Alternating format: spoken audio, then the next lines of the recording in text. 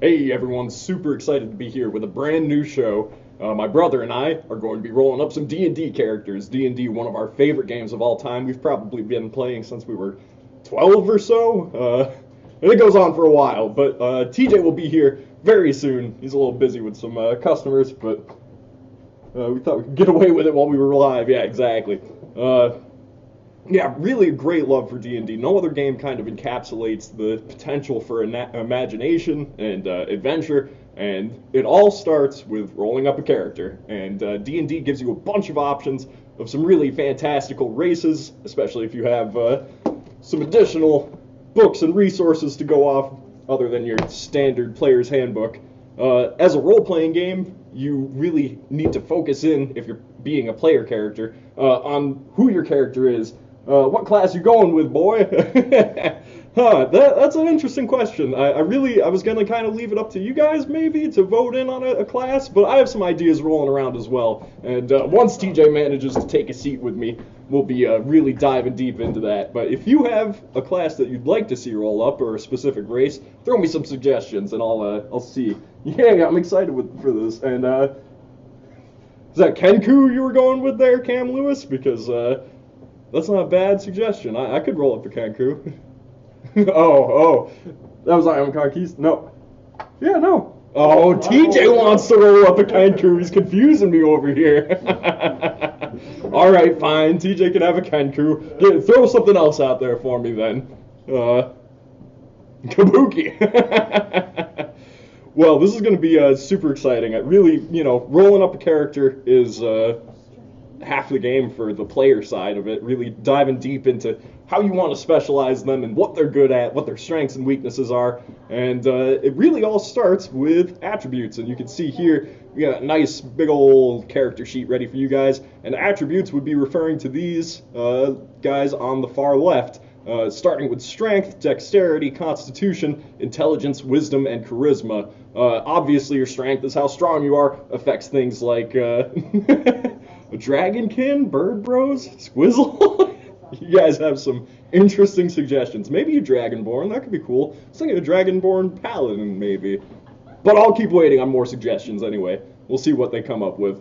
So yeah, you got your strength, obviously, signifies how strong your character is, how much they can push and carry, how hard they swing their two-handed weapons, all that. Then you have dexterity. This is how nimble, how fast, how quick to react your character is, and also has to do with how difficult you are to hit, which is a particularly important attribute for some classes. Constitution, this is how tough you are. If you have a really high constitution, you can take a lot of hits. If you have a really low constitution, you're more prone to things like illness, and you certainly don't want to be there in the very front of the battle. Intelligence is kind of, self-explanatory. If you're intelligent, you're probably, capable of reading and whatnot. If you're not, you are the town fool. Wisdom's the discussion between intelligence and wisdom is long running, but essentially intelligence is how much you know, book smarts, and wisdom can be more along the lines of like street smarts. It's a shame they did away with the swagger attribute. Well, that brings us to charisma, which is the swagger attribute. Dragonkin Ranger with a Kenku familiar. I don't know if you can have Kenku as a familiar. They're too smart. They're crafty little guys. So, I think I'm going to be working with the standard array. And the first thing they want me to do, if we're going to be rolling up a Dragonborn, find one in here, good old Dragonkin. And first thing you gotta do is choose your race. Obviously, you got a lot of the classic races, dwarves, elves, but then a dark elf. That is a variation they threw in 5th edition. Fire, so they're better to fight dragons. They are pretty good, but that weakness to sunlight makes it all the more difficult. No, I plan on just dungeon delving anyway. Intelligence equals fancy book learning. Alright. So Dragonborn, let's see. Boom. They're proud. They have cool names. We'll worry about that later. Dragonborn traits. This is the important stuff. So your strength score increases by 2 and your charisma by 1 because they have very strong, heavily built bodies, and they actually are well spoken usually. Roll up in a Lithin. You guys already met in a Lithin. Terrence. Alright, so if I'm to play a paladin, probably going to want a high strength, high constitution, high charisma. That is their most important features. So let's throw, I'm going to be using the standard array, by the way.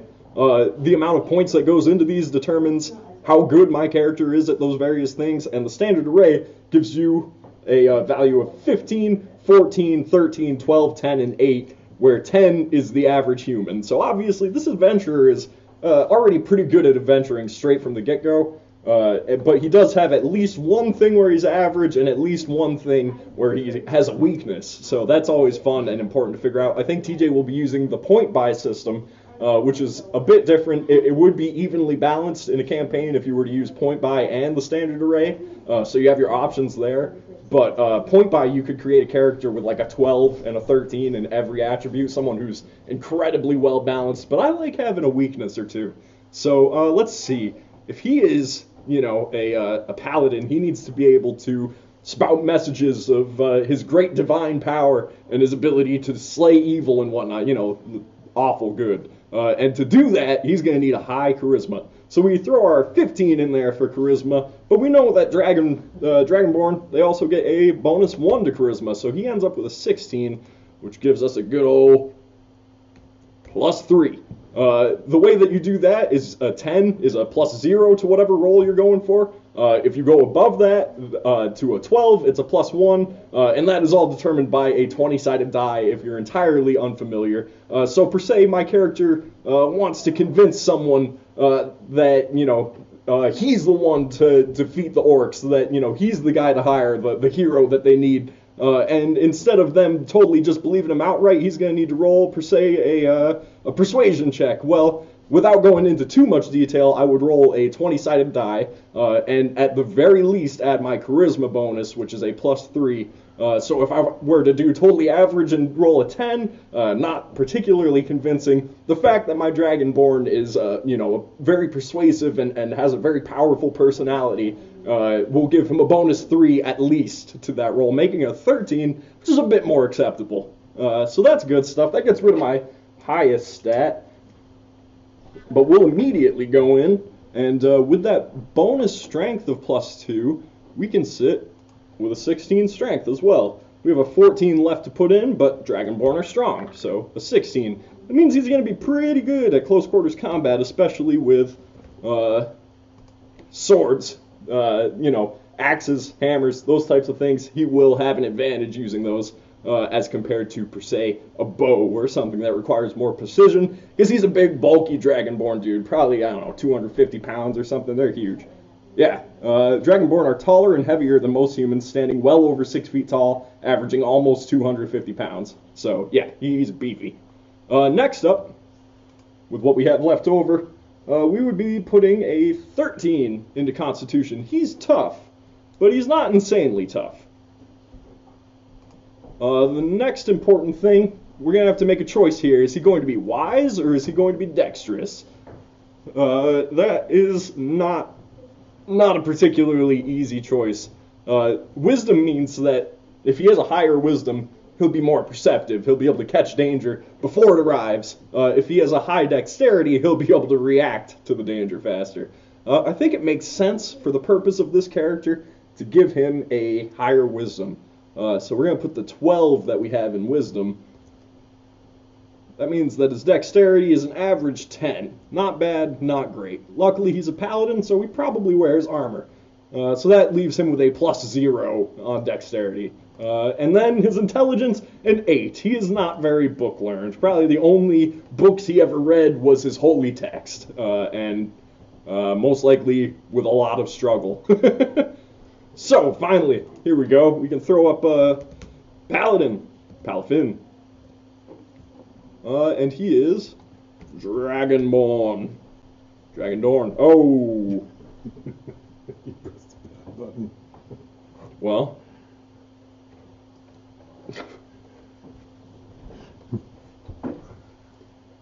Ooh. Let's see. You can keep talking. It's still running. Well, I need something to look at.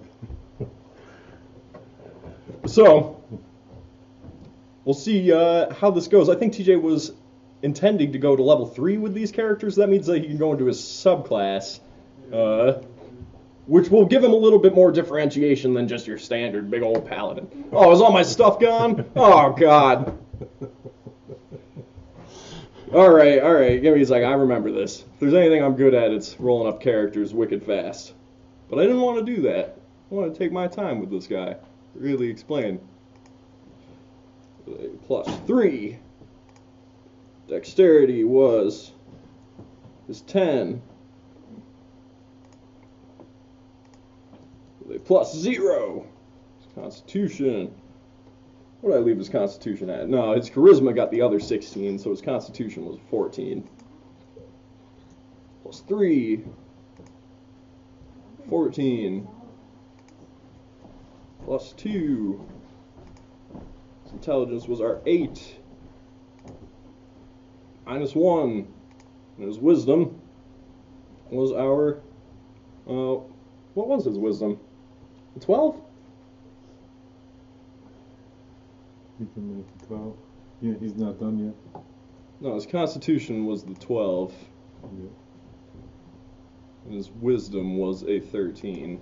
Yeah. I remember. Alright. Okay, Boom, boom. Boom. yeah, okay. Boom. There we go. Alright, he is a paladin. He is a dragonborn.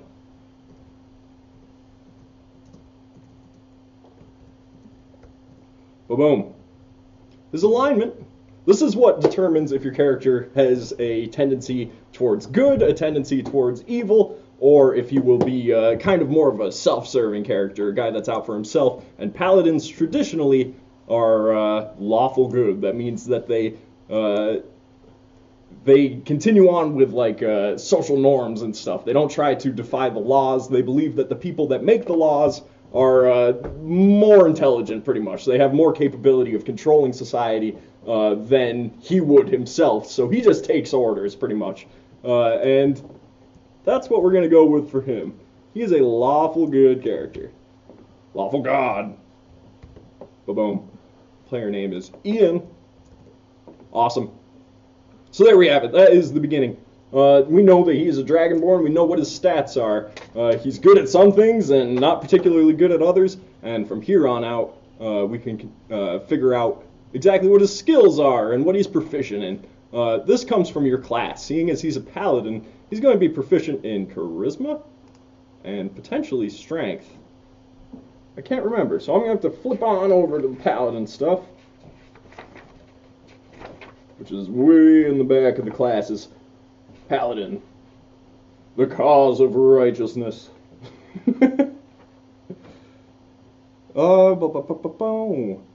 Yep, wisdom and charisma. Alright, that makes sense.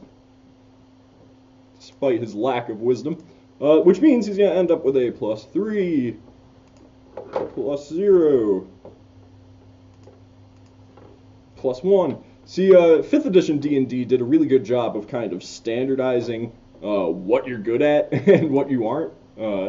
And seeing as he is proficient in wisdom and charisma, he takes his bonuses from down here and adds another +2 to them. So he has a +3 to wisdom saving throws and a +5 to charisma saving throws. So if anyone was to try to use something like a charm spell on him, something that tries to impose their will over someone, he would be pretty well at resisting that. He would be good for that because of his proficiency in charisma, as well as his general charismatic nature to begin with. It's almost like he's trained up how to be a more powerful personality. It's cool stuff. We'll get into his background as well later, maybe see why he became a paladin and what his deal is with that. Seeing as he's level 1, he gets a +2 proficiency bonus. That is some good stuff. So there we have the very kind of bare bones of what a paladin could be. Now we get into a little more specific of what he has trained to be capable of. He's proficient with all armor and shields, simple weapons, martial weapons, so he has just a wide variety of stuff. You could pick up a bow, a crossbow, a quarterstaff, a sword, anything off the ground and just start whacking away with it. He'd be pretty good with them. Now, skills, paladins are not considered particularly skillful classes. They don't really study up too much. A lot of their power is innate and granted to them by the gods. So we have options of choose two from athletics, insight, intimidation, medicine, persuasion, and religion. I think he's going to put at least one in persuasion, which would leave him with a +5 to persuasion rolls. And he's probably also going to throw, what do you think, out of athletics, insight, intimidation, medicine, persuasion, and religion? I already threw one in persuasion. He's probably not going to take religion because he's not actually too well studied. Insight's definitely useful then? Insight's useful to be able to, really get a grip on other people's motivations and whatnot. But I think he's going to go with athletics, which would leave him with a +5 to athletics. Give me a... That tick. Yep, boom. Nice. All right, thanks for welcoming me Yes, to the hey, show. TJ. Just wrapping up that bit. I like this character already. It definitely sort of thematically fits with the one I am planning on creating. Is that so? Yeah, so that'll be pretty cool. Nice. I hope you guys are having a good night. Sorry for the my tardiness, but duty calls. So yeah, the whole theme here was just to build out some characters. Ian looks like he's got a pretty good start to one already. Yeah. And I like what you're doing, man. Where are you moving to next? You're doing some skill stuff? Yeah, I was kind of going through, what each attribute means, what their proficiency means, how you would roll a d20 and determine the outcome Sure. based on what they're capable of and what they're Yeah. particularly good at, and trying to just get a grip on what this Dragonborn has studied on to become a paladin, especially with an intelligence of 8. Well, I'm playing a paladin with an intelligence of 8 currently in your ongoing campaign. Yeah, it's so true. Maybe I can lend a hand on how that ends up playing out. Yeah, no, we'll see how it goes over. There is no 14 in the... Oh, yeah, there is. You must have used the 14 in Charisma. I did, no, I used the 14... Or I used the 15 in charisma because they get a +1 there, and a 14 on my strength, so they get a +2 there. Was there anything I goofed up then? No, that all looks good to me. Yeah, because That's the rest of what they get. He already did the racial bonuses, basically. Those are inherent. Cool. Cool. All right, where are you moving to? I think now that we have a class and a race, and some skills, we're going to have to look into. Just to be sure, let's refer to the old step-by-step creating a character thing. Yeah, we'll right. do it by the book. Right in that front there. All right. Boom. Determinability score is taken care of. I usually do that a bit ahead of time. Hit points and hit dice. I guess we may as well, see how... Yes, I brought my dice. Nice. How There tough you this are. dude is in particular. Now, usually I take max at first level for hit points. That's true, actually. It recommends you do that. So let's We'll need those later. Yeah, we'll go When with we these level later. Let's see. So paladins get a D10, I believe. Why don't you look it up? We've got our handy dandy player's handbook. Oh. Go back a little. There's a big old table for this for quick reference. 10 dexterity, that sounds about right. Yeah, he's not super fast. No. Clerics. Barbarians. Other direction. There's a boom. Gotcha. Boom. Paladins D10. So yep. So he'll have 1d10 hit dice at first level. Which means that every time he levels up, he would roll a 10-sided die in order to see how many maximum hit points he gets. But at first level, we're going to take max, and to do that, you see that he has a D10 because he's a paladin, so we take max of a 10.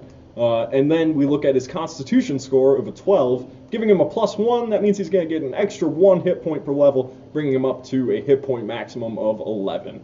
11 total hit points. They're super squishy. Ooh, yeah, real tough. First level. But I'm sure, as a Dragonborn, you have, natural armor, right? And You'll have good armor anyways as a paladin. As a paladin, he Yeah. wears heavy armor, yeah. So, and he could use a shield. He's going to be tough to hit, not because he's fast, but because he just wears hard stuff. Right, so the 11 hit points. You can make it last. Yeah, Not to exactly. mention paladins get inherent healing abilities like lay on hands. You're Right, very super familiar easy with to that, use, yeah. Cool. All right. What about landing attacking blows? Is that strength? I thought it was dex. It's a good question. It depends on the weapon. If my character were to run forward with a two-handed greatsword and slash at a goblin, that's a strength roll. If I were to hang in the back and shoot with a longbow, that's a dexterity roll. If it requires kind of aim and finesse, it usually leans towards dexterity. If it requires brute strength and the ability to just chop away, that's a strength roll. That's right. Yeah. So ranged weapons. Nearly Dex. always dex, yeah. And then there's versatile weapons, which could be either. Yeah. If someone was using a smaller sword like a rapier or whatnot, they have the potential to be able to use their dex ability to do damage. But something big and heavy like a warhammer will always use It's gonna strength. be strength. Yeah. Yeah. Cool. All right. So there's some hit points. This guy's getting filled out pretty nicely. Yeah, he's on his way. He's gonna be the real deal. All right. I'm glad I won't have to explain all this. Yeah, When I do tried my best to just. I'll just be rolling through all of these. We already did ability scores, so That's right. they're going to want us to do describe your character, which is alignment, already taken care of. He is lawful good. Ideals, we're going to have to just go straight to backgrounds, which is chapter 4, I believe. Mm-hmm. Chapter 4 at page 121.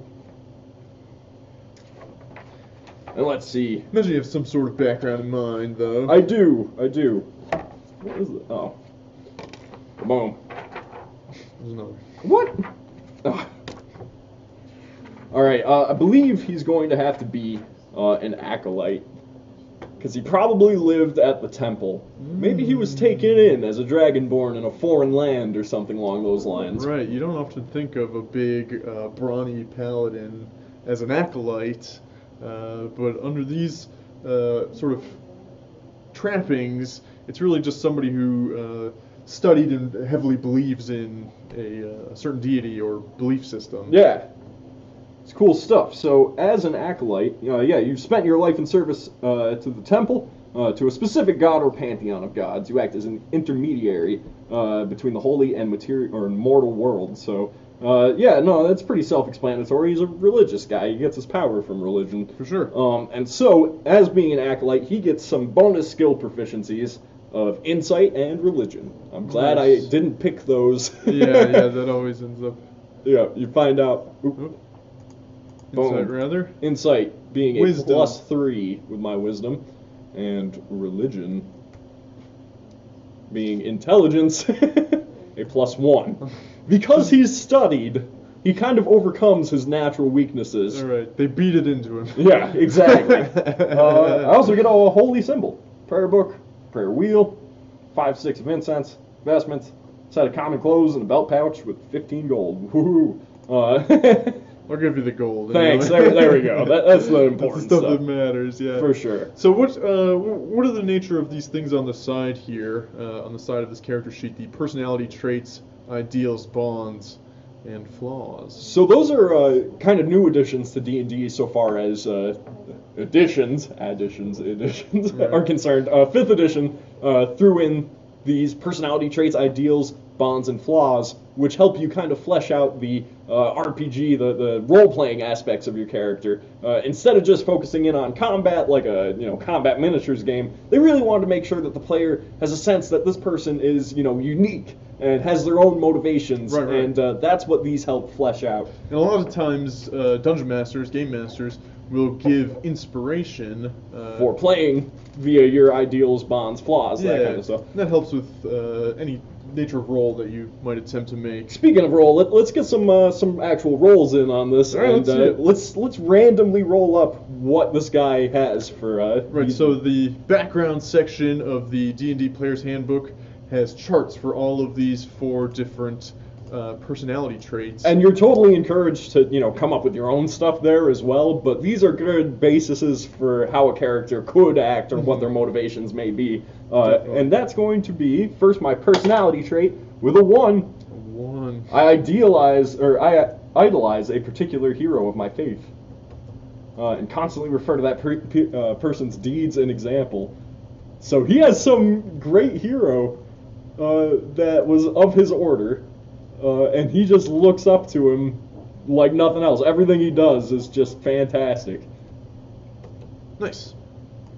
All right, that's cool stuff. I think, that takes a little bit of extra time to think up a story for a hero. Yeah, that's just a starting point, really. But maybe it's the man that, took him into the temple or something, and so on and so forth. Yeah. Saved him from those evil Dragonborn. Right. And now an 8, a max Yes. roll for this table. Aspiration. I seek to prove myself worthy of my god's favors.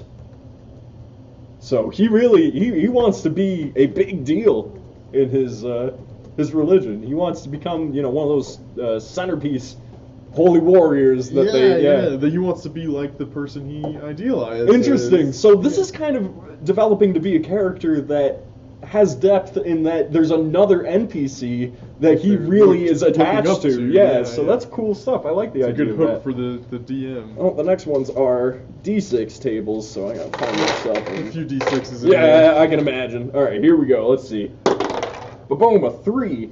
My bond. So now for your bond, which is generally like connections to other people in the party a lot of the times, right? Yes, and my bond, surprise, surprise, I owe my life to the priest who took me in when my parents died. That's sort of what you mentioned. Naturally so. It kind of just continues with that. And no, I mean, this guy, he's got some interesting, maybe an interesting past. And the whole "my parents died" thing, I usually kind of try to go against. Yeah, that's sort of a real cliche among D&D characters. But when it comes to an acolyte, especially one so strange as a Dragonborn, perhaps he, perhaps he really did lose his family, and being in a foreign land, he's kind of had to make a new one. Very well could be, yeah. That totally And makes my sense. final rolled that D6 way too far. My final Your thing, flaws. my flaw, a 6. I rolled really well. Like I should be fighting things right now. Yeah, right? Once I pick a goal, I become obsessed. Interesting. So maybe he's a bit foolhardy. What a surprise, goes Vault. Maybe he dives too deep into things, If someone says a dragon's been terrorizing this city for the past few months, even if he doesn't have the power to fight a dragon, he would probably put his full abilities towards it. Yeah. So yeah, this is one example of using the player handbook and its tables inside to create some sort of backstory, personality traits, flaws to a character that you're creating. You could totally fill these out with whatever things of your own yeah. imagination. But they are good. They give you a good framework, yeah. and definitely, I mean, clearly are inspired you to create a character that seems pretty decently fleshed out. Yeah, no, he's got some good stuff going on. Right. I like this, and I feel like as long as you speak with your dungeon master and make sure that they know that there's NPCs that are integral to this character's backstory before you start playing, you'll probably be seeing a lot of inspiration by playing by those personality traits, ideals, bonds, and flaws. Definitely, yeah. So cool stuff. All right. Start you off with an inspiration. Nice. All right. So I suppose what is left for a level 1 paladin is his armor and weapons. Armor and weapons, yeah, those are pretty integral to a holy warrior. Yeah, definitely. absolutely. So let's see. We'll just we could see what they get standardly a paladin. Boom, paladins. They usually have equipment, a bit of a starting thing. So do they have proficiencies? They first? are proficient with simple weapons, martial weapons, all armor and shields, which means Armor, shields, simple weapons, martial weapons. and martial. This Dragonborn was raised by the kindest priest in the land, since he is a dragon. Just a good dude took this. That's not necessarily a bad idea. Yeah. And a mace, they go. Well, a martial That's weapon. the base, huh? Yep. That is what he's proficient with as far as weapons and armor goes. Mm-hmm. So, For my equipment, I have the choice of a martial weapon and a shield, or 2 martial weapons. And this guy, seeing as he's not too fast, a shield to absorb the blows might be a good idea. So let's go with a mace and a shield. Cool. Nice. So yeah, we could definitely do some damage stuff if you'd like. We can figure that out pretty easily now that we know what weapon you're using. Yep, I know for a fact a mace does a D8 bludgeoning. And you have an attack bonus of... With my strength, seeing as mace, obviously with the crushing motion, is a strength-based weapon, using my +3, and then I'm proficient in it with an extra +2, so my attack bonus is a +5. Nice. This is super helpful. Awesome. I'm glad you like it. So yeah, you got that +5, and you're doing, as you said, 1d8. Yep, and then this time, when you're doing damage, so he'd throw an 8-sided die, one of these babies here, and then he would add his straight strength bonus. Just that, no proficiency. No proficiency goes on top of your damage because your proficiency with the weapon is your ability to get the hit in, but your strength itself is what deals the damage. Right, so he gets a D8 +3. So per se, he runs up on a goblin or something. He's the big D20. And he's going to swing. He throws an 8, but with a +5, he's probably proficient enough to get the hit in. He's probably hitting a normal goblin at that point. And then he throws his D8, seeing as the Dungeon Master says, oh yeah, that mace swings right into him. Boom! He's throwing a 5 +3 for 8 damage. He probably crushes that goblin's head. Probably. So that's the way that combat works at its basis level. Yeah, definitely. Yeah, that's how you determine what weapons your character is good with, and how much damage they'll deal. Right. So just as a reminder that these proficiencies came from the class, Yep. as well as the mace and shield. But you'll get some other proficiencies from your background and stuff, but not as combat focused. No, usually those are skills, which we've seen. He knows. Sometimes tools. Yeah, occasionally, like a thief can use thieves' tools, that kind of stuff. Cool. So that's you're basically at this point, you don't have a lot of options. No. You're sort of going to be in the center of the fray and just smashing things with this mace. That's what this character is made for. Nice. Now, so far as equipment goes, you get some additional options. I can take some javelins, but I think I'm going to take a backup hand axe. Because this guy, he's not really much of one to hang in the back. So he's going to take a hand axe. That's a D6. And we can, so we'll list that in the equipment block right there. Yep. And then we will take a look. Go on up here. He gets an extra simple weapon. A hand axe is definitely hand axe. Hand axe. Definitely good enough. And also a +5, same basic to hit roll. Yep. And it is a 1d8. 1d6 because this is a one-handed weapon, and it's really a kind of more of a improvisational thing. A mace is certainly more made for straight up war as compared to a hand axe. Definitely, this is like if you get disarmed. Right, he has an extra option. Yeah, you're left alone. Yeah, totally. Hand axe was. Cool. It's a good choice, I think. Finally, a priest pack or an explorer's pack. I believe I'm going with the priest pack because he's truly a holy warrior. He came from a temple. Yeah, and we'll put these little parentheses next to them because that'll be filled out with some equipment. Yeah, it has quite a bit to it. Just a bit, but this gives us when we go to the equipment section of the book, we'll be able to look up priest pack and it tells you everything that is inside of there. Which I'd say is a nice touch of 5th edition because it used to be quite the slog to go through the inventory and choose out every little thing. Do I need another 50 feet of rope? Do I need blah blah blah blah blah? So they really just kind of cut it down to you get some predetermined stuff and some extra gold, and you can buy extra gear if you need to. Your pack of your choice. Yeah. And now, so if you threw your mace or hand axe for a last resort attack, would you have a penalty for it not being throwing weapon? Yes, and D&D does this, 5th edition particularly does this very well through a mechanic called advantage and disadvantage. And disadvantage, which would be if I suddenly said, oh my god, that zombie's gonna, make it out of here and into the village, and he's gonna go take out innocent people and stuff, and I take my mace back and whip it at him as hard as I can, while the Dungeon Master probably goes, dude, maces aren't made to be thrown, so throw your attack at disadvantage, roll the d20 that you would to attack twice, and take the lower option. So let's say I'm attacking a zombie, we have a 9 to get going with, And it can, oh, and a 16. So the 16 might have hit, but seeing as I'm not really that good at throwing the mace, I have to go with the 9, Right. which means a potential miss. And that's how D&D handles those kinds of scenarios. It just makes it more difficult to get the hits in. Yeah, so you roll 2d20, take the the lower lower. one. Now, there's nothing to stop you from doing that. You might Yeah, really totally. nail them. It's a totally flavorful, like, Mhm. cool opportunity. It's just going to be hard to pull off. Realistically, yeah. And finally, we have very important my chainmail and shield.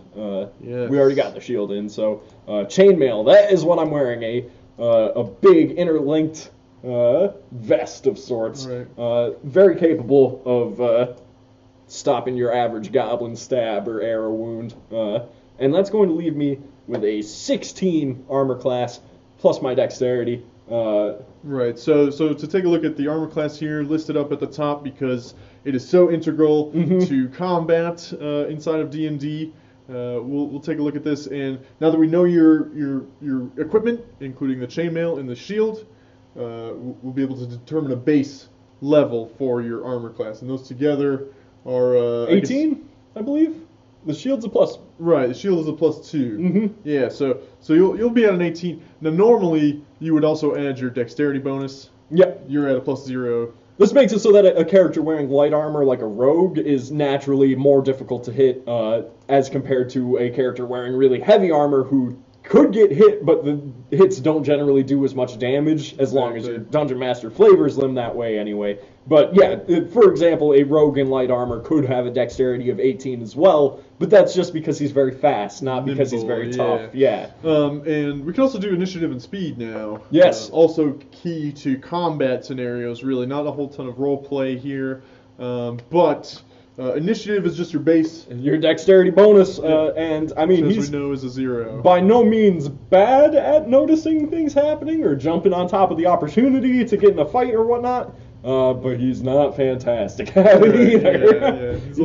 He's average speed at taking action. Yeah. +0 is like average human. It is, so. yeah. And then his speed is a 30. 30 feet, yeah, which generally means you can move across most rooms, rather, Yeah. small caves.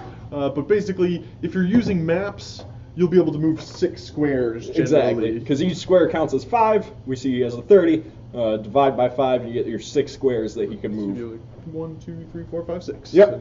And, yeah, so the base speed of 30, which most player characters are, except Dwarves, gnomes, halflings have little feet, little legs. Small people, yeah. Just Cool. can't- This is starting to look very filled out. He is, yeah. No, I think he. With this, you could probably go into a campaign and start running this guy. But you always want to put that extra little time into. They get the huge features and traits. Yeah, this whole block has been left blank thus far. Yeah, and we can look at what Dragonborn traits are. I didn't go into this yet. You know what? because- I know for a fact you'll have another attack. Oh, you're right. Definitely. Yes, Dragonborn are cool like that. Yeah. So let's see. Switch on over to Dragonborn. We don't really have to care about their age, alignment, size stuff. We already got all that. But Draconic Ancestry. You have a Draconic Ancestry. Choose one type of dragon from Draconic Ancestry table. Your breath weapon and damage resistance are determined by the dragon type, as shown on the table. So yeah, this is a very cool part of making a Dragonborn, right? they are ancestors of dragons. So their long ancestors, usually many generations back, were once the great and terrible beasts that Dungeons and Dragons is so well known for. Right. And each one kind of has their own special element that they're very good with. So per se, a black dragon breathes acid breath and also will not take acid damage. Well, that kind of trickles down to the Dragonborns that eventually get born from dragons. And I'm gonna say this guy is he's a bronze dragon. Bronze dragon, nice. All right. Why bronze? I really like lightning breath. He's seen this in my recent campaigns. Lightning is badass. It's a really cool look. Yeah. I also like the idea of going with a chromatic dragon or a metallic dragon. Because they generally have this sense of righteousness about them, Definitely. which the metallic dragons being like bronze, copper, gold, silver dragons. And then there's the chromatic dragons, which generally have a bit of a selfish and more evil personality to them, being, black, blue, white, green, red, those kinds of guys. Totally. And when people see a bronze dragonborn, those who are in the know anyway would say, this guy probably has an ancestor who's done some good. Generally, people would look upon them with a smile as compared to a red dragonborn. Be intimidated by. Yeah, people would be like, oh man, yeah. this guy, he comes from a red dragon. Like, oh dude, that's bad news. See, Vault says fire frost resistance would be nice.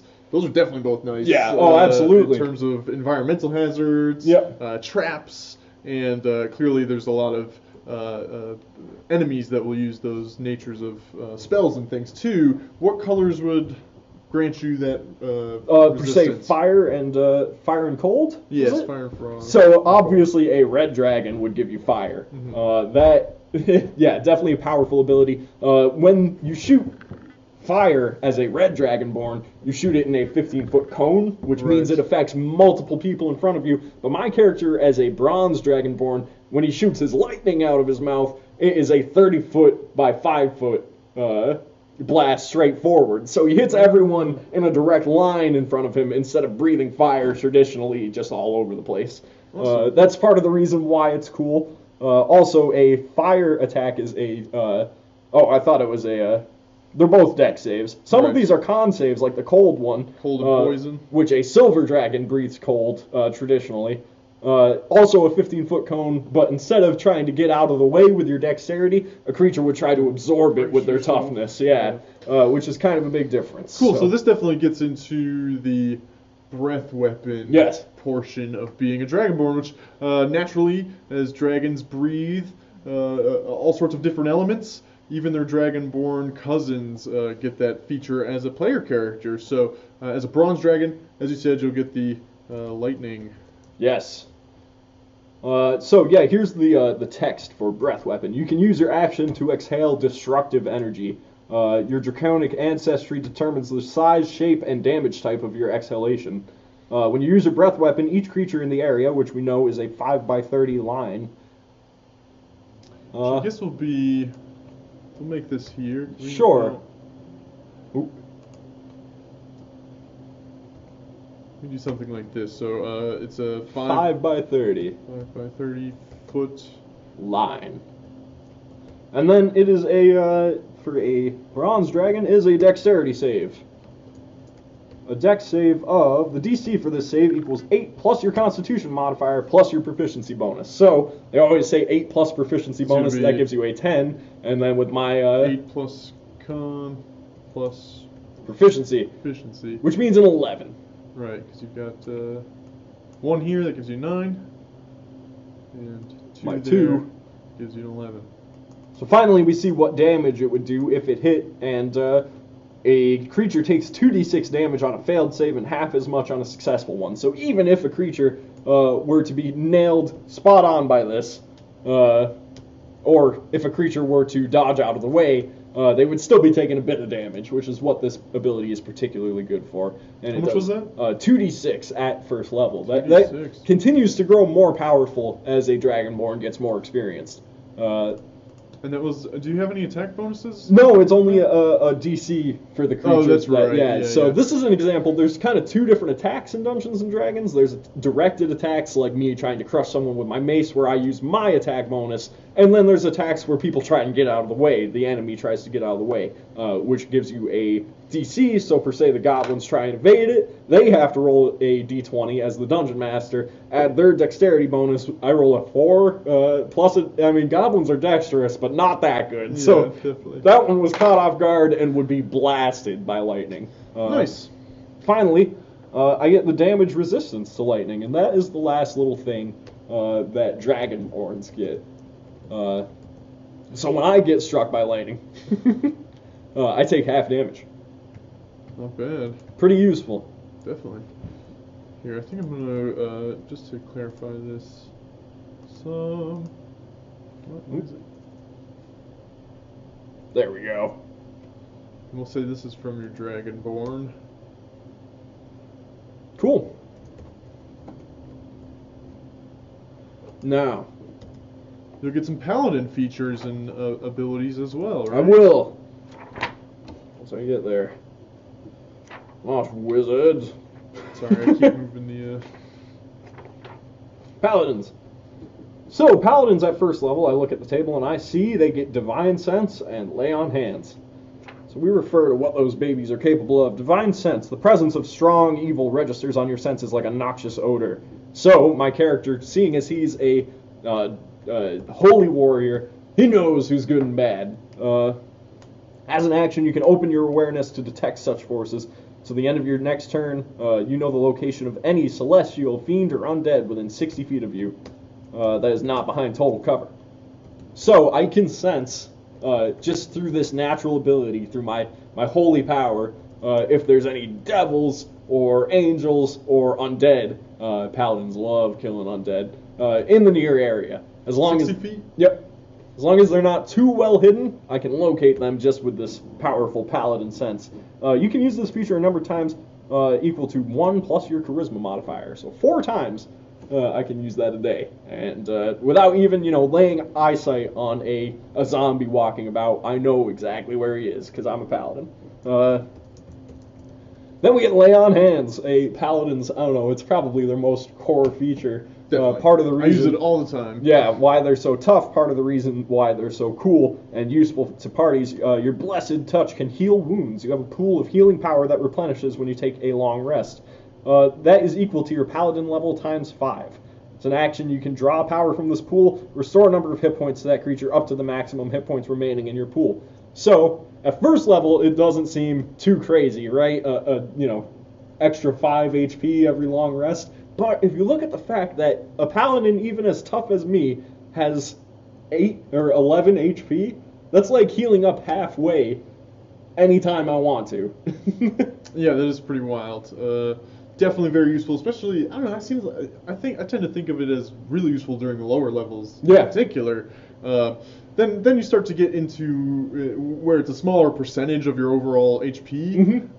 Still totally, worth the action to just boom, and your friends are good. Feeling better, you don't have to roll or anything. You just determine how much hit points you want to give back. Yeah, often with healing, it's roll 2d8 and heal by that much, and your cleric might roll a 2, and you're kind of screwed. But a paladin just says, this is how many health points I have left to just hand out to you guys, which makes them a really good kind of extra support on top of being a powerful melee fighter.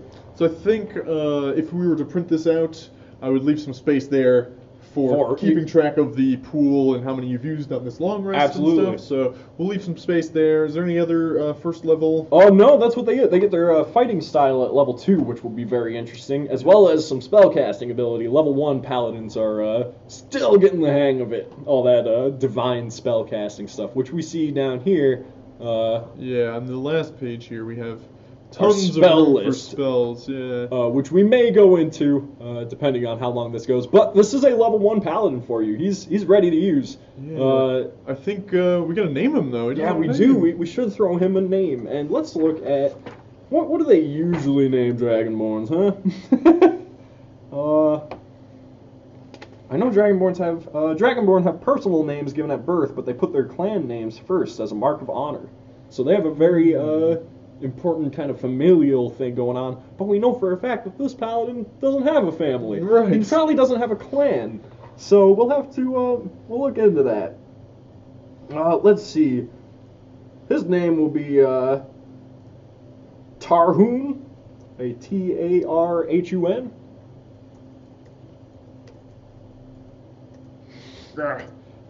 And boom. I wonder what the clan name thing is. Oh my goodness, right, they're all absolutely unpronounceable. Let's go with Mayastan, because it's the most pronounceable. Do you think it's possible that he took, a human last name, or maybe whoever so. took him in as an into this temple? I don't think he particularly knows, where exactly he came from or what clan he may have belonged to. I don't think he's seen too many other fellow Dragonborn in whatever temple and land he ended up in. Yeah, maybe he did take a human last name. Any suggestions, Tarhun? Any suggestions, chat, for human last names on this dragonborn paladin You know, has created. I bet you the Wizards of the Coast people go like, why do we have to put suggested names in the human spot? You know what humans are named, Bob. guys. Yeah. Jim. Yeah. Of all, it should be the easiest, and yet it's not. Tarhoon. Well, what do they have as suggestions? Suggestions for humans? Yeah. Let's see.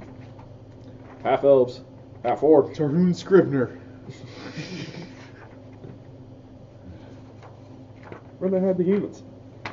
No. Half elves. Oh, these are all the weird races. You gotta go. Oh, you're right. Bonus. Not your stereotypical races. Weird races. Put half elves in weird races. I always play half elves. They do, yeah. They list those as weirdos. Those are the weirdos. They give a lot of names. Yeah, because there's different types Different of variations humans. of human. Yeah. Let's see. What kind of area would make sense for this guy? I think bronze dragons are usually by the ocean. They are native to the southern shore of the inner sea. The Turami people are generally tall, muscular, dark mahogany skin, curly black hair, and dark eyes. I think that's Greek. Is generally what they're going for there, but that sounds interesting. And for suggested names, Salazar. Tarhoon Salazar. That's a good name. Boom. Didn't I just play somebody named Did Salazar? you play Salazar? Oh, Yeah. man, we can't do that then. Let's see. Turami names. Falone. Flown? Falone. Falone. Falone. Tarhoon Falone. Nice. I love it. So, yeah, I think that is totally... Stranger Things goes Ninja Boy. You may have seen characters. Oh, yes, and Stranger Things too. Yes. But D&D's in that as well. That's true as well, yeah. Actually, hadn't considered that. Yeah, so, awesome. Here we are with Ian's Paladin Dragonborn Acolyte, Tarhoon Falone. And, yeah, big guy, ready to get in the midst of this battle. And you'll have to spend some time thinking about this hero who saved seemingly him. not only saved him, but has done great deeds in the past. Someone that he really wants to emulate, and I like Falone. Yeah, I think it's good too. He's probably a pretty cheery, and he'd probably be a cool person to hang out with. Has he flown the coop as it is, and I think- left the temple, and is out doing paladin You know, questing things? an interesting fact about Dragonborns is they don't live much beyond 60 usually, Right. and they're fully grown by the time they're 15. So he might be a younger guy, probably just looking for adventure and answers. Maybe he's trying to find his family, his real clan out there. And despite the fact that there's the great deeds of this mentor and savior that he looks up to, maybe he's trying to find his own way while trying to forge his own path, even though he's trying to emulate this great character. Maybe I'll think up who this guy is and really continue to flesh this dude out. Definitely, I think you should. Yeah, he's well armed and armored. He's ready to go and do some low-level adventuring. I think if you guys are up for it, we could totally make another one. I have another sheet here. It was intended for my character. We were going to do this sort of concurrently. This is that one on the top. Hit it again. Boom. There we go. Nice. Of course, that we had the trouble in the beginning of the show where I wasn't able to be present. But if you're up for it, I have had this character idea kicking around for quite a while. I think we can at least kick him off. Yeah, I think so. Definitely. I take it. All right. I am going to be playing a rogue. Nice. And as I promised, who was it? Cameron? Cam Lewis? Yeah. I will You be wanted playing a Kenku rogue. Of course, rogues are usually thieves, sort of assassins. It's parts of the underbelly of the adventuring world. But they're useful as all hell. A Yeah, party very without a skilled. rogue is in great danger of coming across a locked door they can't move through or a trap they can't disarm. Rogues are necessary. Definitely. This Kenku, I think, is a natural fit because they tend to be sort of Crafty. underestimated, crafty. Absolutely. Able to sort of meld into the background, I think, because they can just put those hoods up. They're small, light. I think this will work out very interestingly. Background I haven't thought a lot about, but here is the twist, I think. What's that? This Kenku rogue is going to be lawful good. What? Yeah, right? Rogues are not usually Not lawful. usually lawful good. No, don't worry about it, Vault. I promised. I've had this kicking around for a while, and I promised Cameron. I don't know if he's still here, that I would do a Kenku, and yeah, I'm totally down. And I think it will actually play really well with Tarhoon. Yeah. I think overall they're both lawful good. So there's some seeds being sown for an interesting buddy. Buddy cop. I don't want to say buddy cop because that spoils everything, but yeah, definitely a buddy. They can have a cool relationship because they both believe in structure. Yeah. They're good people. They are probably have some belief system, anyways. For Tarhoon, it's It's my deity. Yeah. and for this rogue Kenku that we're making, it will be something a little different, I think. I would imagine so. I usually don't perceive rogues as the holiest of classes. No, it won't be of holy nature. But let's see. So Kenku, they're interesting. Yeah, They're interesting as a race. The Kenku themselves come from Volo's Guide to Monsters. Yes, this is a supplementary book for Dungeons and Dragons 5th edition. Came out, I think, late last year. I believe so. Maybe. I don't know. I don't quite remember.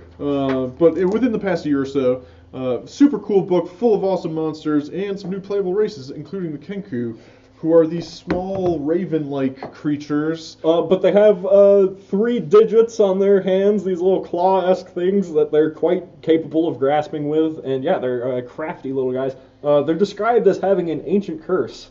The Kenku once served a mysterious, powerful entity on another plane of existence. They really have quite a backstory to them, integrally as the Kenku race. Boom. They had a crazy lure for sparkling treasure. They spotted an item and tried to steal it from the material plane. And when they jumped over to the material plane, they had their ingenuity taken from them. Right. They can't come up with original ideas. A Kenku needs to see someone else do it first. Now, the thing is... I wonder how this will work now that I think about that, but we'll continue on and see how that plays out. Yeah. How tall is a Kenku? 3'5", 4'5"? I think so. Yeah, right? no, that's about right. Let's see, I could find exactly what they have going on as far as size goes. Size, they can be up to 5 feet tall. Right, so yeah. 4'5" is totally within their range, I think. 3'5" would be a little small. I think so. 3.5, I guess. But totally not unacceptable. Mind Flayer!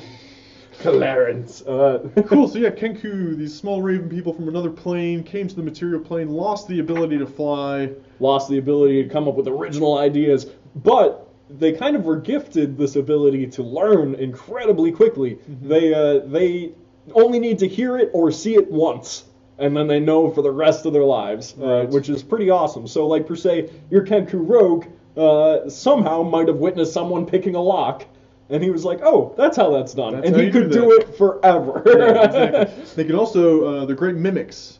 Yes. They're able to mimic almost any sound they hear without fault. Yeah. And that's the only way they communicate. No, yeah, and usually their names are something along the lines of, like, you don't give them proper nouns as a name. You kind of say, like, his name is the falling of rocks over the side of a hill, and that's how the Kenku actually pronounces his name. Usually the party comes up with something clever to replace that with.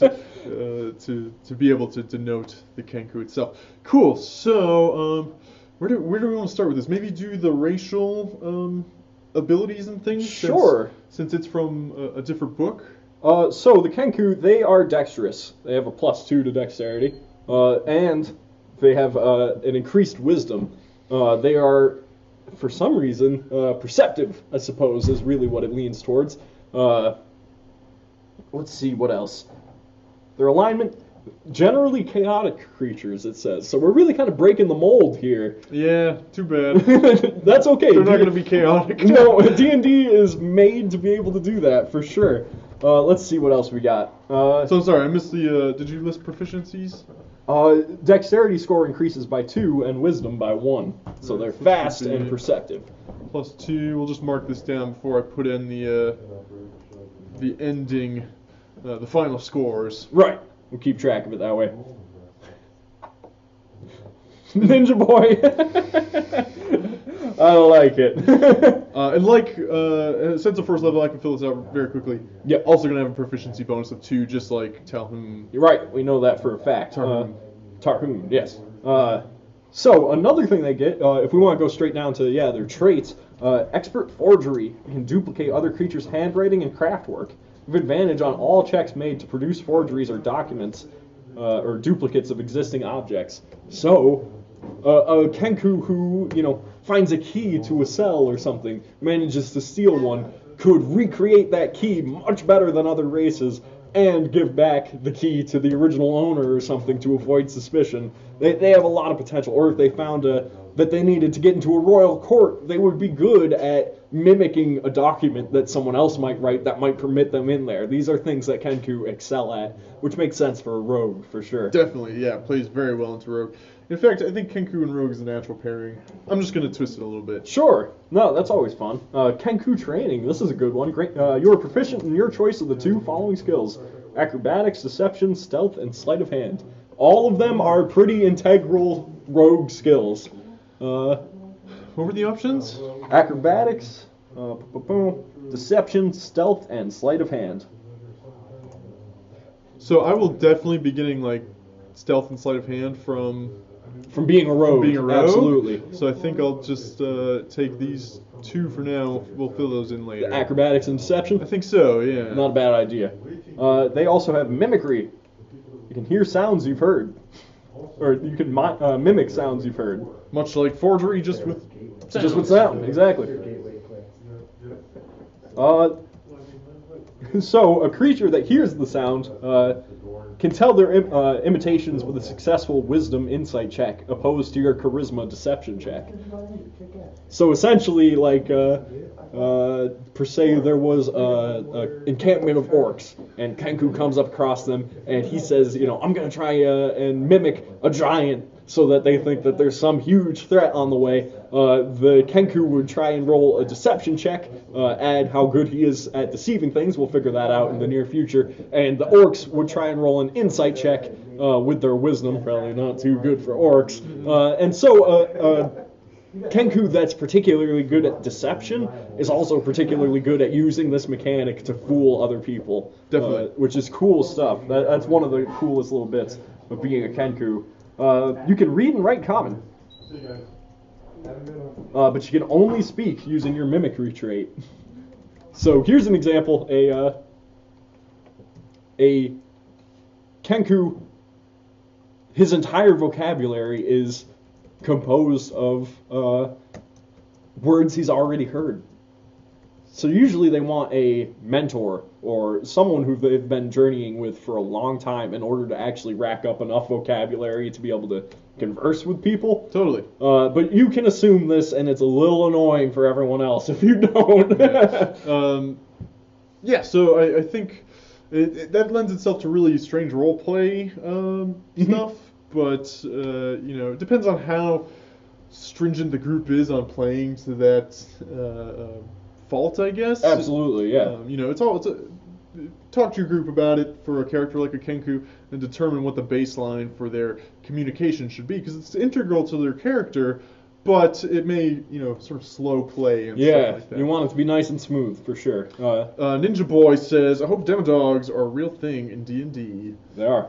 Yeah, pretty much, right? Oh, yeah. Definitely, you could definitely run into one of those. There's no reason why you couldn't make one happen. Yeah. Demogorgons, too, you could probably find stat blocks for them online. Demogorgon, I'm sure we can find in the book. Yeah. But Demodogs, they certainly exist. You might have to come up with something. Yeah, you could totally do it, though. That's the cool thing about D&D. It really is. Awesome. So those are the Kenku. That is what a Kenku gets just for being a Kenku. Right, nice. Which is actually pretty nice. The expert forgery has a lot of potential in role-playing situations, and the Kenku skills, they're just skillful as a race. They're capable of being, like, you could per se play a fighter that's also particularly stealthy, via playing a Kenku, which is a pretty cool prospect. I like that Absolutely. idea. But as far as a rogue goes, it just lets you have more options on how to be roguish.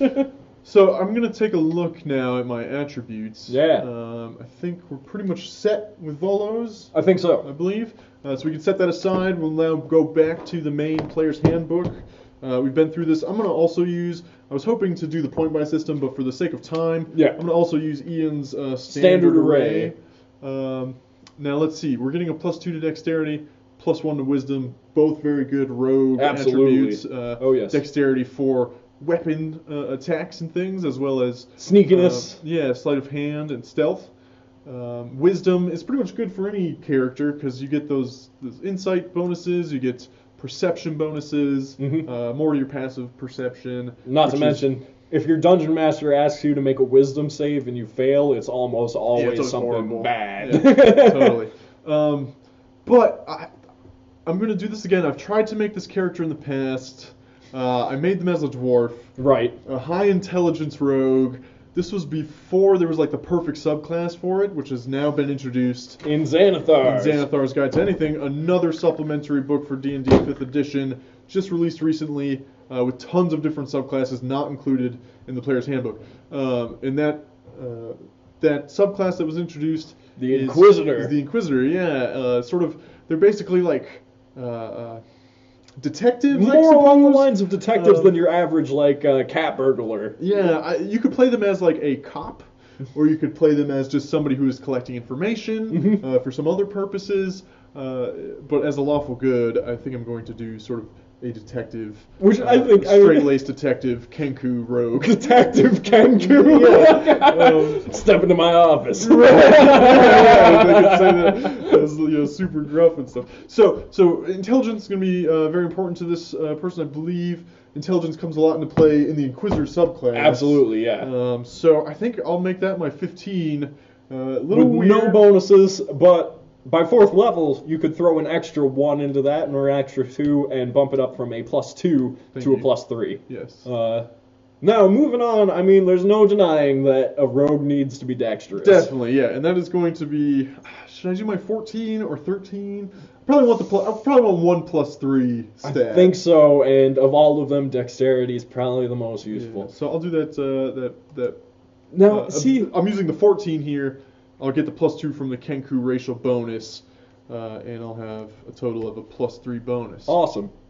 Now, the thing is, a Kenku with a great intelligence like that, probably well read, probably Definitely. probably studied up, and I would think so. rogues have the ability to have a wide variety of knowledge that they can pull from, not quite as much as bards, but he might have, read a great many books on the various cities, the local history, the local Yeah, and nature. I think we'll see that come into play if I get the opportunity to take something like history. Right. I'll definitely be taking investigation. Investigation is integral to what you're looking for, yeah. So Next up, we'll deal with this wisdom since I have the +1. I'm thinking the 13. Are you deciding on those? Yes. Yeah. Yeah, So that we was left just- those there as placeholders for the moment. 13. So maybe you get your 14 with another +2. I think so. I'll or- get another +2 out of that. Yeah. I think it makes sense. 14. So that is using. I've now used my 15, 14, 13 from the standard array. Mhm. I have 12, 10, 8 left. But no more bonuses. These are No, going to so be tough. the 12, 10, and 8 need to be divided in such a way. Yeah, I think so. This will be a +2. +2 as well. Now. Yeah, sort of traditional. All right. I don't think I'm going to be totally. Flimsy? Yeah, flimsy. So No, he could be tough. He could have some strength behind him. I think so. I'll use my 12 On Constitution? on the Constitution. That gives me a +1. Good idea. Now, here's an interesting dilemma. Yeah. Personally, I feel like if these two are to be a duo, Right. charisma's covered. Yeah, totally. But strength is also very well covered. I mean, Yeah, we're yeah. playing to each other's sort of weaknesses here, which is cool. I think, I don't think totally uncharismatic though. I think there's a certain quality to this Kenku who's maybe reaching above their standard in life to a lot of people. Kenku probably the dregs of society in a lot of Oftentimes, cities yeah. and stuff.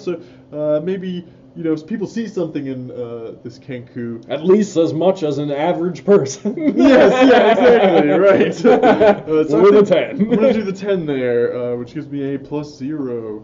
Which leaves him a little bit weak on the strength side. Totally. But keep in mind that when he, is throwing daggers or shooting a short bow, he doesn't need to be strong. Yeah, not at all. It's about placement, not about your ability to totally wreck that guy. So now we've determined my class, my alignment, my race.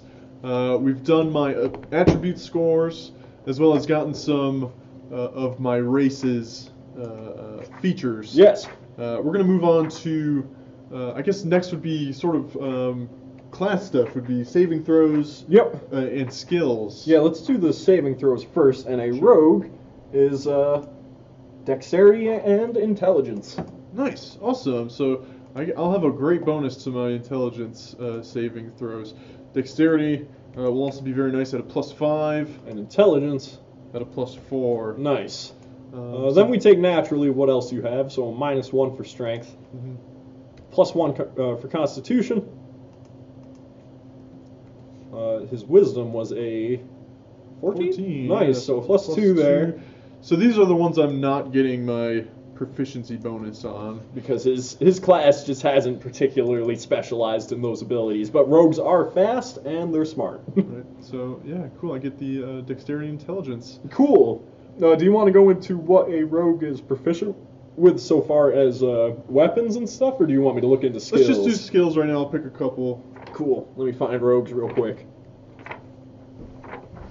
I think these two could be a proficient adventuring I party think so together. too. Yeah, the meeting would be very interesting. The first time running into each other, but yeah, I'm into it so far. Sorcerer. Warlock. Do I keep skipping over it? Oh no, it's right behind. Yeah. Boom. Here we go. Rogues.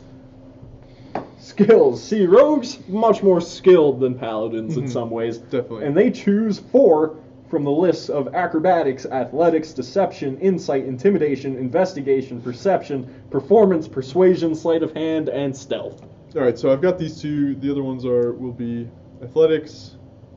What are the options? And I'll just Athletics, move them down. deception, insight, intimidation, investigation, perception, performance, persuasion, sleight of hand, and stealth. Whew, that's a lot of options. It I'm is. gonna pick 4 out of these. 1, 2, 3, 4, 5, 6, 7, 8, 9. It's tough. But I think let's see. We're gonna have to nix some things. Athletics. Probably not. Out. Yeah. I don't have a ton of strength, so I'm not going to use that. Didn't train up on the athletics. Intimidation 2. Well, that's like a classic, sort of. Cop thing to do, detective thing to do, intimidate witnesses and things. Right. So, get a little dirty. I don't think that's this character's method of, Getting information, Yeah, yeah. getting information for sure. Insight, on the other hand, he's going to need. I would think so. Yeah. Insight will give us abilities to tell when people are lying. We'll be able to discern illusions, which will be super cool. Take it easy, Vault. Thanks so much. Yeah, thanks for showing, hanging, man. dude. As well as, let's see, investigation, totally natural. This is looking into things through books and studying things. I guess it would potentially be knowing where to look. Can too. also mean, something as simple as Heart of the D&D creation stream. Stream. We'll be doing more of these character creation streams. Definitely more D&D, and maybe some of the other systems we have here at the Free Goblins Geekery. We're having a lot of fun with it too. Investigation can also mean a night out at the taverns, going around and asking questions and seeing how much you gather from that. So, or something as simple as asking the dungeon master, like, are there footprints in this room of the dungeon? So, that kind of stuff. Next up, though, perception. I think I'm getting rid of Performance. Not super charismatic. Probably not going to get on stage. No, not his style. They can use deception for that. Yeah, sort of thing. and sometimes rogues are, tricksters who revolve around that kind of stuff, being able to put on a performance and act like someone different. Not this guy. No. Persuasion. I don't see it making the cut. Persuasion obviously very useful for hopefully some D&D gameplay live. Keep an eye out. We're working towards it. Absolutely. This is just the first step. Persuasion. Don't see much reason to make too many persuasive checks here. I think if this character can't get what they want, they'll do it through some other method than persuasion. They'll Sure. sneak in to get into the place, or they will investigate and blackmail or something. You know, deceive. Now let's see. I'm gonna end up with 6 here. So 1, 2, 3, 4, 5, 6, 7. I've got to cut one more. And of sleight of hand, stealth, and perception. I think this Kenku, naturally perceptive. Yes. Very wise. As for the character archetype of like a detective, cop, investigator, inquisitor, I think perception totally makes sense. It needs to be there almost, yeah. Between these two, sleight of hand and stealth. I'm gonna have a good bonus to both of them. They're both dexterity. You'll use an online module to play, correct? We might use something totally homebrewed. Yeah, could be. Not sure. We haven't quite figured it out yet. We may use something like Roll20 or Fantasy Grounds. We may just do it live. We may do like no maps and things. So we'll just have, but we'll definitely be streaming it here on twitch.tv/Freakopolis. You'll see soon. Stealth. I would hate to be a rogue without stealth. Yeah, it pretty much can't happen. If we look at the other bits, as far as a detective goes, I feel like sleight of hand is the least necessary of all those skills. So they could slip some evidence from the back room Sure. or something, or off somebody's desk. They can also do that by being stealthy and going there while the person isn't there. Right, exactly. Cool. So that is my 6 skills. Very proficient. Correct? Yeah, 6. You also have your background to choose, which may give you additional skills as well. Kenku Rogue definitely get a lot of skills. They do. They get stacked up on them. So we'll just add these bonuses in real quick. I get my proficiency as well as the attribute bonus. Charisma, it's a +2. Just the +2 on deception. On wisdom, I'll get +4. Nice. Investigation, +4. Perception, +4. Yeah, very skillful. He is, and that's stereotypical of rogues. +5 on stealth. How much of you D&D have you guys played before, out of curiosity? We have been playing since we were like 12 years old, and we jumped in around 3rd edition, and man, just never got over it. Yeah, I think you've probably played more hours than I have. I've probably been playing longer. We play every Sunday night at our comic shop for about 3 hours. Yeah. Oh, dang, you guys. We're pretty familiar with it. Yeah, no. I'm no expert, but I love it dearly. No, exactly. Yeah, we still have questions and got to flip open the book all the time to refer to things because the system is so deep. But man, do we love this game, and always have, pretty much always will. Super excited to be doing this show, and glad you're here for it. Yeah, hopefully you'll glean some insight from it, maybe, or see something you've never seen before, maybe. And so right now we're rolling up a Kenku Rogue for this. I had just previously rolled up a Dragonborn Paladin. He's fully filled out with personality traits, ideals, bonds, all that stuff, as well as his skills, his weapons, his Dragonborn abilities, yada yada. It's really, half the fun of being a player is making your character. For sure. And that's why we're going with this. So where does that leave us now that we see what your Kenku investigator, detective is good at? Right. We could definitely do... Yeah. Yes, as a paladin, he's going to need to be able to... His dex wasn't particularly great, so we needed a lot of armor. Tarhoon, the Dragonborn Paladin, definitely going to be the tank out of this this duo that we're creating. Yep. Cool. So I can do we can do hit points real quick. Sure. A rogue gets a D8. So 1d8 at first level. We're going to take you take max hit dice at first level. Back in the day, they used to punish you with you're playing a wizard, you get 1d4 HP, and you roll that on your first level. So this Kenku Rogue is going to have 9 hit points. Not a ton, but could take a knife in the back and still be standing or something. Yeah. Cool. Let's see. What other features do we have from being a rogue? We could look into his equipment, or we could go into his background. Your choice. I think, what would you guys rather do, background or equipment? We're probably going to be getting out of here in about 10 minutes. The store's going to close. We're going to go have some dinner. and then we'll probably get back on. So would you guys rather see us do equipment stuff, see what rogues are carrying, or would you rather do the background? Did you have a particular background in mind with this character? I knew that my guy was going to be an acolyte. I knew right off the get-go that's where he was going. I think, Urchin totally makes sense. I know it's sort of... It's true. But then there would be the interesting question of, like, how he, climbed his way through the ranks to be, like, his own business owner or whatever, you know? Yeah, working for... Which could be an interesting story. Neverwinter PD. Yeah! Absolutely. Let's see. Either way, I think we're both jazzed about the background stuff. Yeah, always. So we'll do background. Let's do background. So we'll flip over there. I think we'll do. Let's take a look at Urchin real quick and see what options we have. There's for also Urchin. straight up criminal if he's reformed. Yeah, no, I don't think this one. I've done a reformed criminal investigator before. I think this one will be more. A little more cliche, I guess. Urchin, You're breaking all the molds in class combination and race combination, but just going with the classic Urchin for a rogue. Get it, man. Get it, bud. So yes, as an urchin, you grew up on the streets alone, orphaned, and poor. You had no one to watch over you or provide for you, so you learned to provide for yourself. It's very Kenku-like. It is, absolutely. So you want to roll your personality traits and stuff for fun, or do you want to give these a look over and choose some? I didn't have anything quite in mind. We'll roll them for now, and see And how potentially, I feel about them. redo that. So a D8 at first, and then D6s for the rest. Let's just punch this in real quick. Sure, as background, urchin. Urchin. Personality? Yes, personality trait first.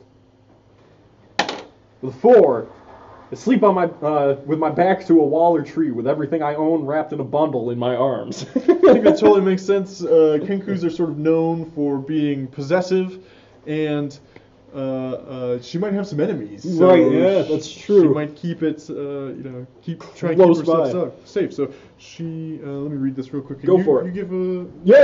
Lugs, you just started your first campaign with a bunch of randoms and some friends from your city. First session went great. Are you the dungeon master or a player? And I'm super glad to hear that, because I feel like everyone can have a great time with Dungeons and Dragons. Some people underestimate the, truly cathartic ability of transporting yourself to another realm and being a totally different hero. Really cool stuff. And I'm glad you like the game, man, and I'm glad you're here. Cool. So now the ideal. The ideal. That's a very Kenku-esque trait to. Absolutely. That's why I was cool with it. Never let your guard down. Aspiration. Also, so we're both aspiring characters. Are aspiring to prove themselves essentially. But mine is leaned towards player character. Our DM has played before, but it's first time DMing. And it's really fun to play with people who are totally fresh to the game, because they can't. You show them certain clues and stuff, and they can't immediately know, like, what type of monster they're going up against. My crew is practically all very veteran players. I could be like, they'll be like, what's this dungeon look like? And I'll be like, oh, the walls are pretty clean and stuff. And they'll be like, there's a gelatinous ooze around the corner. And there I am as the dungeon master, just like, yeah, there is. Good job, guys. Like, so here we go. People are super cool. Let's see. I don't know if I quite like that one. You reroll. Yeah. Anything that catches your eye there? Exactly, Lugs. Exactly. I think I'm gonna go with the first one. Mm-hmm. My town or city is my home, and I'll fight to defend it. Interesting. That, I think, you have an ad there. That, I think, lends itself to a guy who really wants to tackle the underworld, Yeah, exactly. And as an investigator, as a lawful good person who grew up on the streets, they love that city, but they want to be able to sort of protect it and, keep it on a path they see as righteous too. Yeah, absolutely. Like a Batman, this character. Yeah, this is basically she Kenku Batman. Nice. All right, so what do we have for this last one? His Three. flaw. I think out of all of them, this totally makes sense. I will never fully trust anyone other than myself. Ooh. After what she's been through. So this is just an example of some of the ways that you could fill out these background traits, personality traits, ideals, bonds, flaws. They're coming straight from the player's handbook. But you're absolutely encouraged to come up with your own and use these as Totally. inspiration. For our purposes, this works pretty well. I think so, yeah. I think I have a pretty good idea. Man, that flaw This there. character. I feel like Tarhoon, he really wants to defy that. He wants to be able to be the person she trusts. Well, you know, I mean, a flaw could totally be malleable. That could be Yeah. something over the time of a campaign could totally be overcome. Mhm. And I would put something else there, I think. It's nice to have a flaw. Sure. But, you know, it could be changed Yeah. after some massaging and meeting new people and things. You don't necessarily ever want to be playing a Mary Sue or anything like that, where the character is an absolute, incorruptible hero. Everyone has, their flaws, and everyone, if you play to them, it makes for a much more interesting character. Totally. So there you have it. That's his personality stuff. Yeah, and I think, I'm super into this character right now. I'm having fun making it. I'm also very hungry. Yeah, same here. We're going to head out from our comic shop. It just closed up. And we're going to head home. You're going to be playing something tonight. I will. So if you want to see more of this character creation, hopefully soon some real play, Yeah, role-playing we'd love games. to be playing some D&D. And for you we guys. do a lot of co-op gameplay as well. I would say give us a follow. We're going to do a t-shirt giveaway at 150 followers. And all you have to do is follow us to be entered to win. Thanks so much for hanging, guys. Lugs, it was nice having you here. Vault, Absolutely. joined by gaming. I hope you found some insights here. Yeah. We'll be doing this more. Maybe Saturday nights will be, character creation night. Sounds like fun. I had a lot of fun doing this. Totally. And I hope to see you guys soon. Have a good night, guys.